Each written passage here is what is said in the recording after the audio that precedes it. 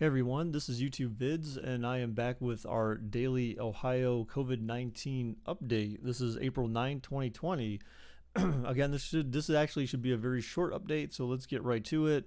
Numbers for today: the number of total cases in Ohio hit 5512. We have that was an increase of 364 for the day. Moving on to the testing progress, so there have been 55,985 tests, an increase of 2644 for the day. Again, 5512 testing positive and over 50,000 testing negative. And last but not least, we have our trend line here. And again, this is just showing we plotted our 364 for the day against the original OSU model. I'm thinking what I'm actually going to do is probably for tomorrow's update, I'm going to replot the lines for the OSU chart based on the updated model. So that way we'll have something more realistic, I guess, to compare to. Updates from the press conference today. There were 213 total deaths now in the state of Ohio. 84 out of 88 counties have one or more cases of COVID-19 reported.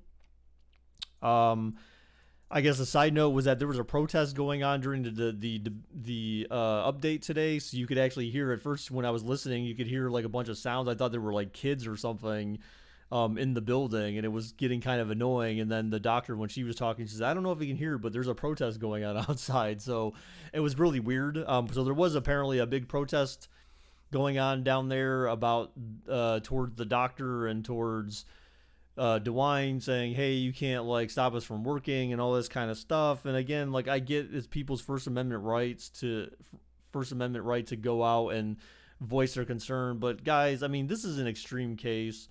I would think that people understand that the state does not want to have people sitting at home and does not want to have people on unemployment and does not want to have people out of work. I mean, clearly you have to understand that that's really not what they want. That doesn't benefit the state one way or another. And if you've listened to the updates, they've even talked about having to cut budgets by 20% in certain areas just to make up for the fact of what's going on. So I hope no one really honestly thinks that it's in the state's best interest right now to be doing what we're doing. It's just what we have to do in order to get through this.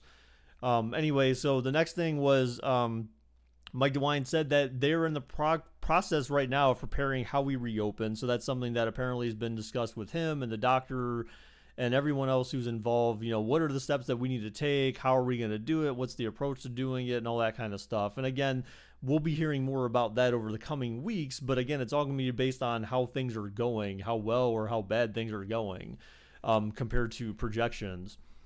The doctor did mention next week that she will share how hospitals can respond quickly to areas with a spike in cases. So they're saying that they're preparing a good strategy right now so that if there's an increase in one area that they can get to it fast and respond to it quickly and prevent the spike from getting worse. So they're working on that.